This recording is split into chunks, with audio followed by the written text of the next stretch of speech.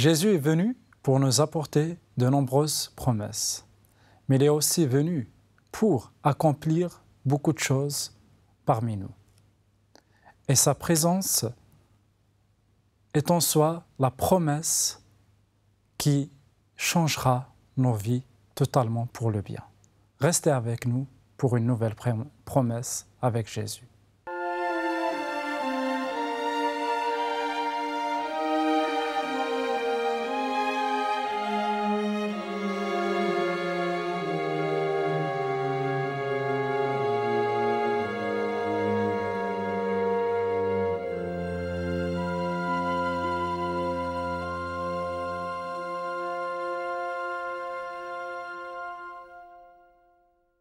Chers amis, bonjour et bienvenue pour une nouvelle émission sur le thème Jésus, les promesses de Jésus.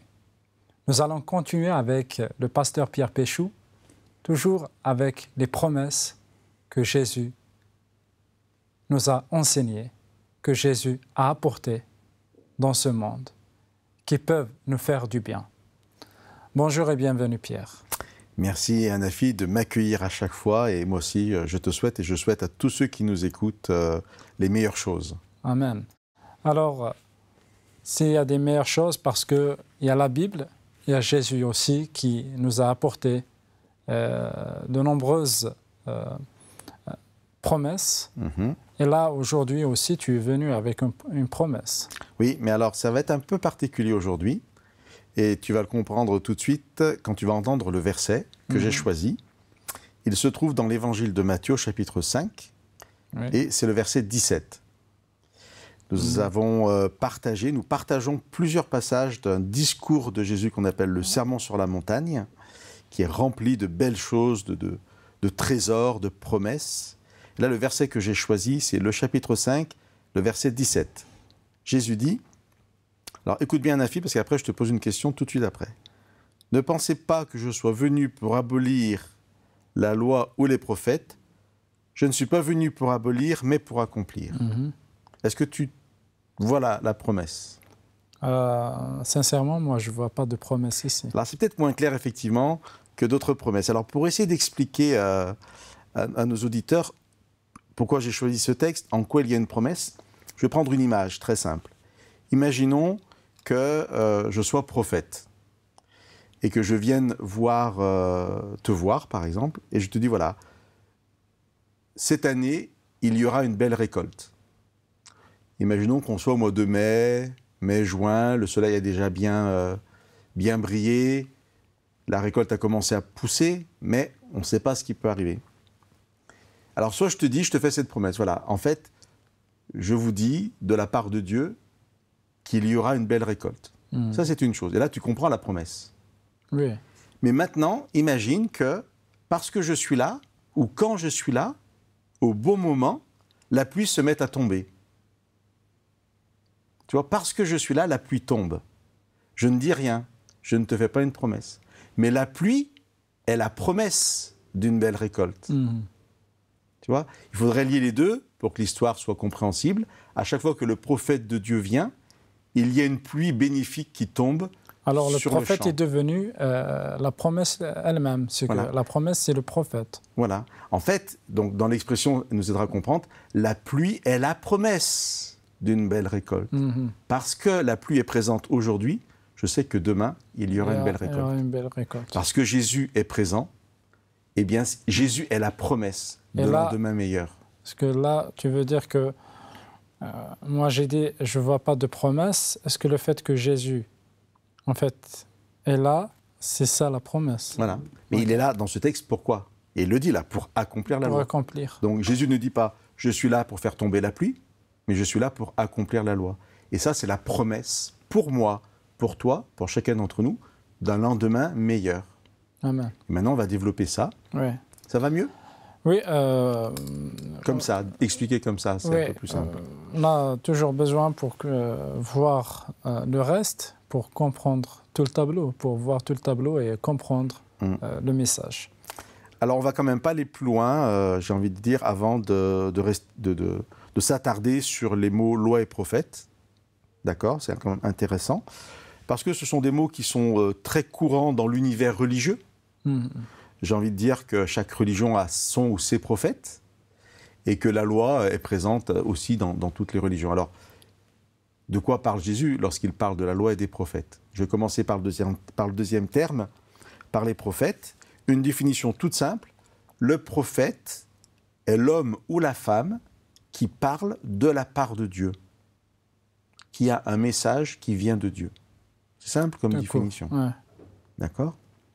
Mais c'est pas cette idée que le prophète, on a l'impression c'est toujours celui qui parle du futur, que voilà, c'est lui qui va prédire, faire comment dirais-je, il va annoncer quelque chose et la chose dont il avait parlé, elle doit s'accomplir. Voilà. Et ça, cette idée que tu dis liée au futur, on la retrouve bien dans le mot prophétie. Aujourd'hui, dans le langage courant, une prophétie, c'est quelque chose qui va venir dans le alors futur. que dans l'idée de la Bible, une prophétie, ça peut être simplement une parole de la part de Dieu qui nous parle du passé. Au sens le plus simple du mot prophétie, c'est quelque chose qui vient de Dieu. Et donc le prophète, en fait, n'est pas simplement celui qui nous dévoile l'avenir, il est aussi celui qui nous révèle le passé et qui nous aide à comprendre, en fait, le plan de Dieu pour nous depuis la création du monde. À travers le passé, ouais. Alors, pour lier maintenant ce mot prophète avec Jésus, je vais lire un autre passage dans la Bible qui se trouve dans une lettre qu'on appelle l'Épître aux Hébreux.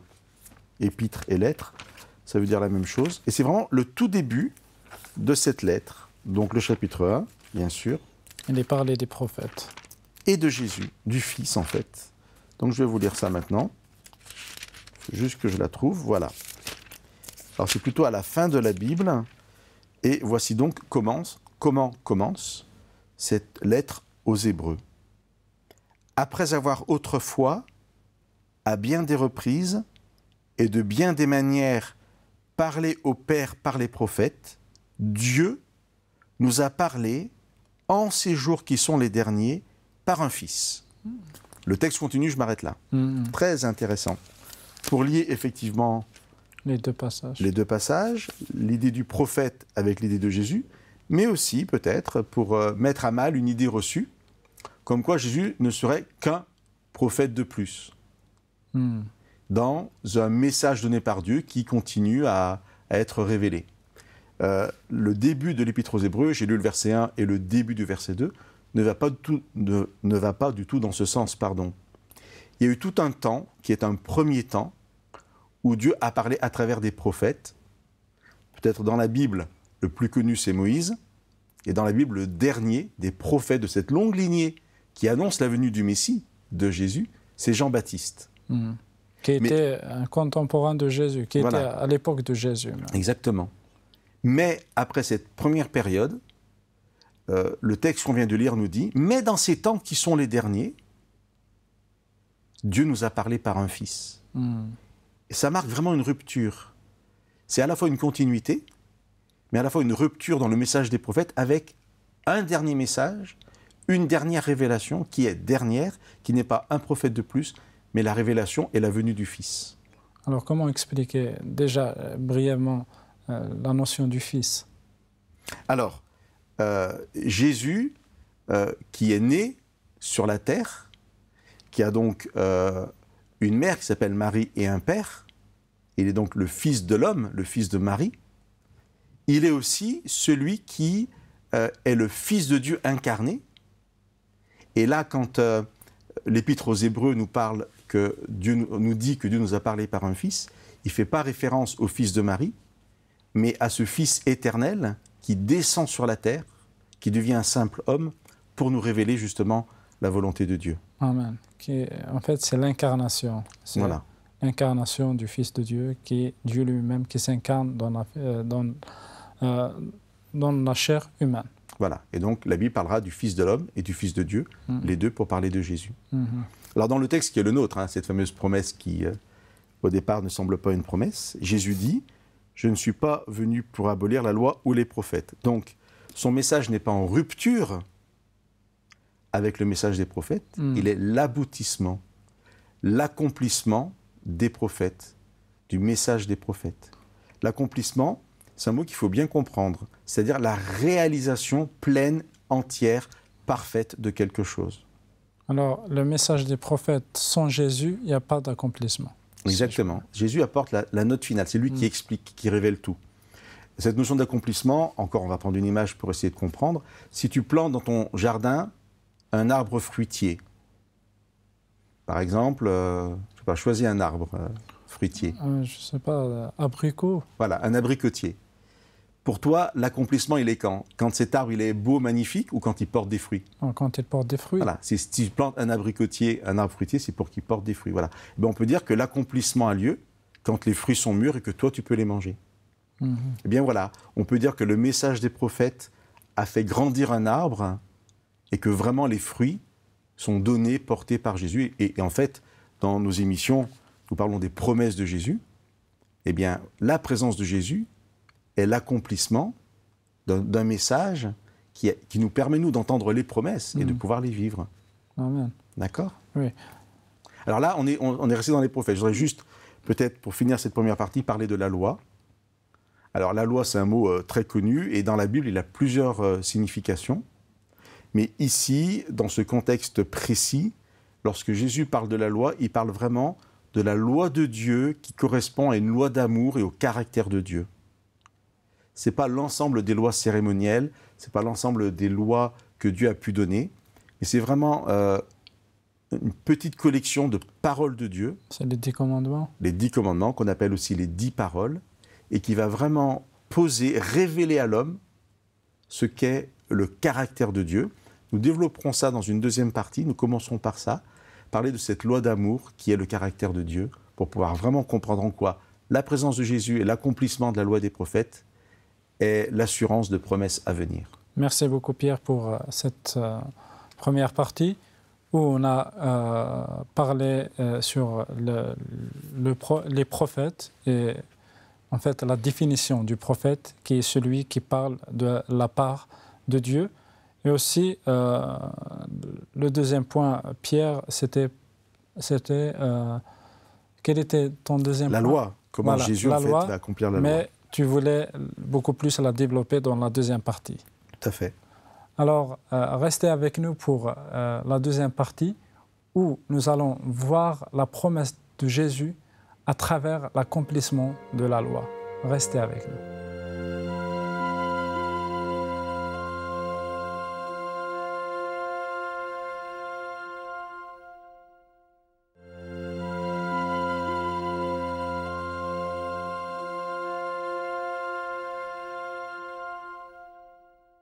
Bienvenue pour cette deuxième partie. On continue toujours sur la promesse de Jésus, mais comme on a vu dans la première partie, c'est une promesse dans l'accomplissement de la loi que Jésus, en fait, a lui-même accompli.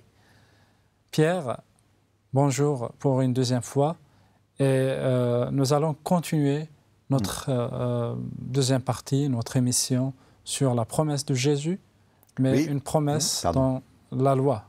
Oui, alors tu as dit, hein, en fait, tu as tout dit, mais il faut qu'on développe quand même. Tu as tout dit en répétant le verset « Jésus a accompli la loi ». J'ai dit tout à l'heure hein, qu'on allait développer un peu ce qu'était cette loi pour qu'il n'y ait pas de malentendus. Et pour ça, on va lire 2 passages qu'on mettra ensemble et qui vont nous éclairer très bien sur cette fameuse loi de Dieu. Moi, je dis, et maintenant je vais le prouver par ces passages bibliques, que la loi dont parle ici Jésus est l'expression du caractère de Dieu. D'accord ? Alors d'abord, qu'est-ce qui caractérise Dieu ? Si je parle du caractère de Dieu, c'est le premier passage que je vous propose. Passage relativement connu par ceux qui lisent la Bible. C'est dans la première lettre de Jean, au chapitre 4, et le verset 8.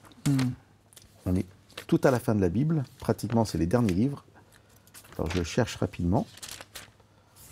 Et je vais lire ce court verset. Donc je rappelle les références. 1 Jean 4. Chapitre 4, verset 8. Verset 8. Celui qui n'aime pas n'a jamais connu Dieu, car Dieu est amour. Ce qui m'intéresse, c'est la fin. Dieu est amour. Dieu est amour. C'est vraiment... C'est rare vraiment de trouver des passages où on définit Dieu. Vraiment, Dieu est ça, Dieu est ça. Mais là, en un mot, En un mot, Jean a pu dire qui est Dieu. Dieu est amour. Alors voilà, hein, c'est simple et en même temps, je pense qu'on pourrait en discuter. Parce que l'amour, après, c'est vaste de parler. C'est vaste. Mais alors, ta réflexion est très intéressante parce que justement, ça m'amène au deuxième passage. Pendant que tu parlais, je le cherchais pour gagner un peu de temps. Le deuxième passage que je propose, c'est dans une lettre que Paul a écrite aux Romains. On parle souvent de l'épître aux Romains, au chapitre 13. Alors, Dieu est amour. Tu as dit des choses intéressantes. C'est pas simple d'avoir une définition de Dieu. Et là, on a une définition, voilà, 3 mots ou un mot, amour. Dieu est amour. Non, ça veut dire quoi? Comment Dieu, qui est amour et qui veut que nous le connaissions pour ce qu'il est vraiment, comment il va pouvoir nous expliquer ça? Nous qui sommes des êtres finis, on est tellement petits face à l'immensité de Dieu. Abîmés par le péché. Abîmés par le mal, par le péché, face à l'immensité parfaite de Dieu. Alors, eh ben voilà comment Dieu fait pour nous révéler son amour.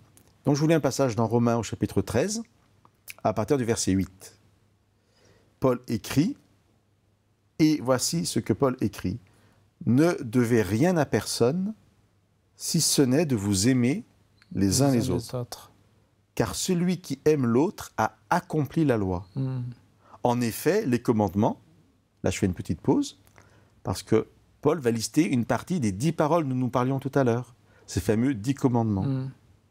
En effet, les commandements, tu ne commettras pas d'adultère, tu ne commettras pas de meurtre, tu ne commettras pas de vol, tu ne désireras pas, et tout autre commandement se résume dans cette parole, tu aimeras ton prochain comme toi-même. L'amour ne fait pas de mal au prochain, l'amour est donc l'accomplissement de la loi. Alors, pour ceux qui ont bien suivi, l'amour est l'accomplissement de la loi. Comme un arbre porte du fruit, et on parle de l'accomplissement de l'arbre fruitier, qui est de porter du fruit, l'accomplissement de la loi, c'est l'amour. C'est l'amour. Voilà. Et pour qu'on puisse comprendre ce que c'est, Dieu nous donne ces 10 paroles. Parce que si je te dis, il faut aimer, il faut que tu aimes tes parents, qu'est-ce que ça veut dire? Je vais dire une grosse bêtise. Si quelqu'un me dit, en fait, moi, frapper mes parents, c'est les aimer. Il a le droit de dire ça. Alors Dieu va donner dans ces 10 paroles une parole qui dit « Honore ton père et ta mère ». Voilà, il faut les honorer. Et puis, ce que j'ai lu ici, tu ne pourras pas voler, tu ne pourras pas tuer, tu ne pourras pas désirer quelque chose qui ne t'appartient pas. Et que si tu dis « Moi, je suis plein d'amour, mais je tue », Dieu te dit « Non, c'est pas possible ». Parce que moi, je t'ai expliqué à travers ces 10 paroles, ces 10 commandements, que aimer, c'est ne pas tuer. Voilà. Alors, c'est peut-être limité, c'est peut-être pas satisfaisant d'un point de vue philosophique, je ne sais pas. Mais c'est déjà énorme, en fait. C'est-à-dire que Jésus nous dit, voilà, Dieu nous dit, pardon, je suis un Dieu d'amour, et pour que vous puissiez comprendre cet amour, eh bien, je vous donne ces 10 paroles qui sont l'expression de mon caractère. De son caractère. Et je relis vraiment Romains 13, le verset 10. L'amour ne fait pas de mal au prochain. L'amour est donc l'accomplissement de la loi. Bien que beaucoup, même parfois ce sont des chrétiens, qui voient que la loi est comme une punition de la part de Dieu, comme c'est une... Or que là, la Bible nous enseigne quelque chose d'autre, finalement. C'est que la loi, c'est pas pour punir les hommes, c'est pour révéler le caractère de Dieu, qui est un caractère d'amour vis-à-vis de l'homme, de l'humanité. Mais alors, ce qui veut dire que la loi, et Jésus qui accomplit la loi, doit être lié, enfin nous voulons que ce soit lié à une promesse. Et maintenant, il faut qu'on arrive quand même à cette promesse. À cette fameuse promesse. Là, tu dis, c'est pas une punition. C'est le contraire. C'est carrément une promesse. Alors, en quoi c'est une promesse? Alors, pour essayer d'expliquer vraiment en quoi c'est une promesse, eh bien, en fait, je vais prendre une histoire dans la Bible, un épisode que Jésus a vécu avec ses disciples. Et cette histoire nous aidera à comprendre, en fait, ce que nous voulons partager avec nos amis. C'est un épisode où Jésus a parlé pendant longtemps, toute la journée, à une foule très nombreuse. C'est la fin de la journée, et les disciples viennent voir Jésus en disant « Ces gens ont faim, ils n'ont rien mangé de la journée. Renvoie-les, achetez des choses. » Et là, Jésus regarde ses disciples et leur dit « Donnez-leur vous-même à manger. » Alors ça surprend les disciples Parce que justement... 12 personnes. 12 personnes? Non, comment 12 personnes? Comment 12 disciples? Ah oui, oui, bien sûr. Vraiment, Comment ils vont pouvoir nourrir une foule de plusieurs milliers de personnes? La Bible ne parle, au moins les hommes, c'est 5000, sans parler des femmes et des enfants. C'est ce que dit le texte biblique. Alors, Ouais. pour ceux que ça intéresserait, par exemple, dans Marc au chapitre 6, nous avons cette histoire qui est racontée. Donnez-leur vous-même à manger, comment 12 personnes, pardon, je ne comprenais pas ce que tu disais, Ouais. comment 12 personnes peuvent nourrir peut-être 15 000 hommes, femmes et enfants, 15 000 personnes. Et puis, Jésus va faire un miracle, en fait, parce qu'il y a un enfant qui dispose d'un tout petit peu de nourriture, quelques pains, quelques poissons. Jésus va faire un miracle, des paniers vont se remplir, Multiplication. la multiplication des pains, et il y aura assez pour distribuer à des milliers de personnes. Alors, quand on entend cette histoire, je vais maintenant poser une question toute simple. Je te la pose et je la pose à nos amis qui nous écoutent.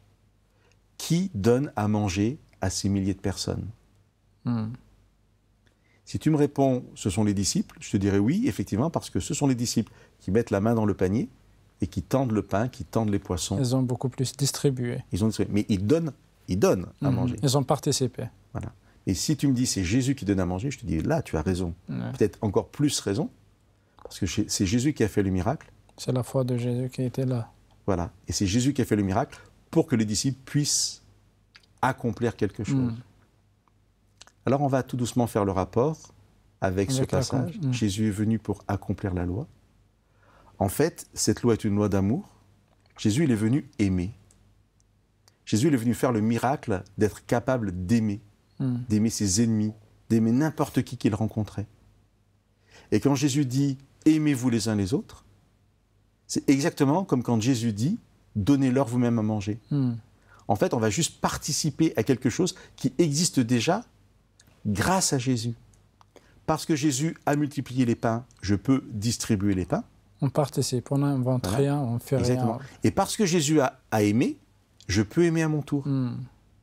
Ça, c'est vraiment une promesse extraordinaire. Je reviens à ce que j'ai dit tout au début.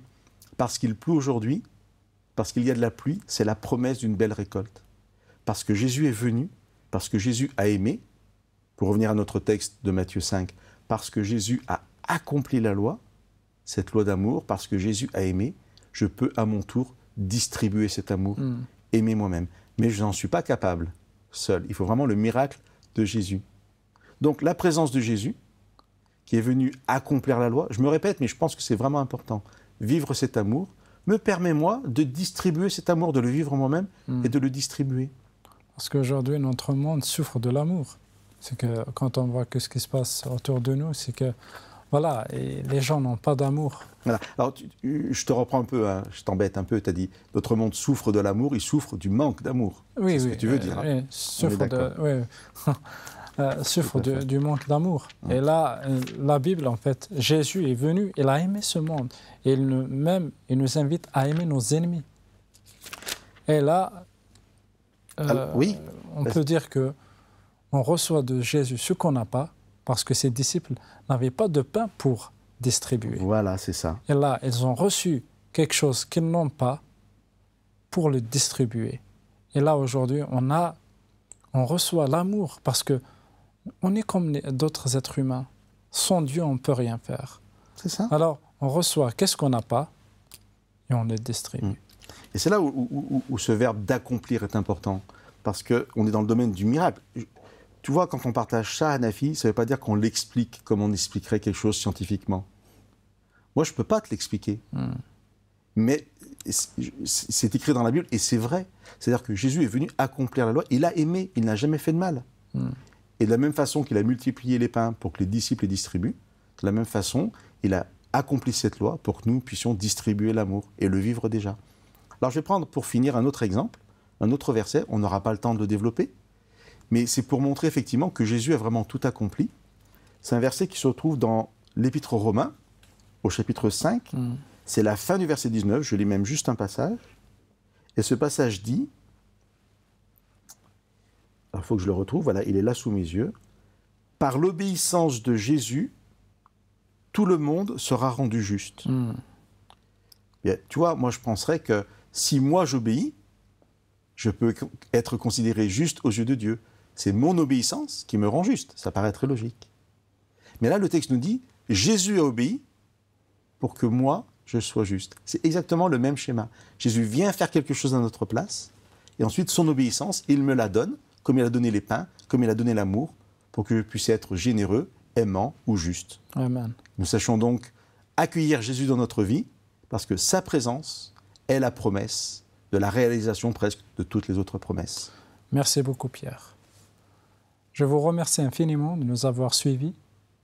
Nous avons la promesse des promesses. Nous avons Jésus pour qu'on puisse vivre ce qu'il nous a promis. Si on a Jésus dans notre vie, on peut espérer, vivre et aimer. À bientôt.